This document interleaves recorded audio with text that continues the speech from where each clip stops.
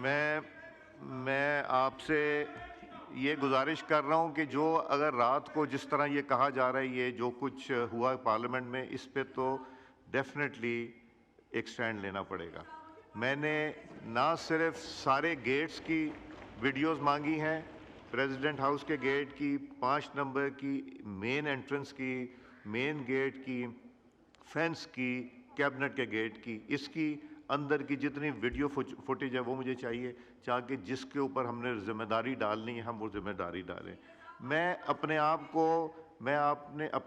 को बदकिस्मत समझता हूँ कि 2014 में जब एक जमात ने और उनके कज़न ने पार्लियामेंट पे अटैक किया था, तो मैं इस कुर्सी पे था। मैं अपने आप को उस लिहाज से बदकिस्मत समझता हूँ। वो पहला हमला था पार्लियामेंट पे।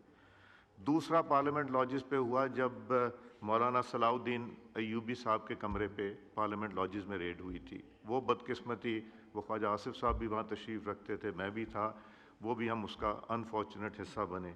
और जो कल पार्लियामेंट में अगर हुआ है और अगर वो आए हैं जिस तरह हम मेरे कोलीग्स बता रहे हैं, तो उसका भी एक्शन लेना है। हमने इस पे ऊपर खामोश नहीं रहना। 2014 में मैंने खुद FIR कटवाई थी जिन लोगों का मैंने जिक्र किया उनके खिलाफ, और आज भी अगर कटवानी पड़ी तो यहाँ जो पुलिस का अमला बैठा है, मैं वहाँ पे FIR कटवाऊँगा उन लोगों के नाम जिन लोगों ने इसमें वो किया है।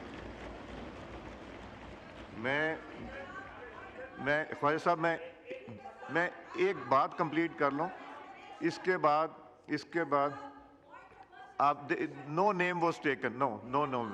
मैं गुजारिश ये करूँगा कि मैं अभी डिप्टी स्पीकर साहब तशरीफ़ लाएंगे, मैं उठ के जाऊँगा।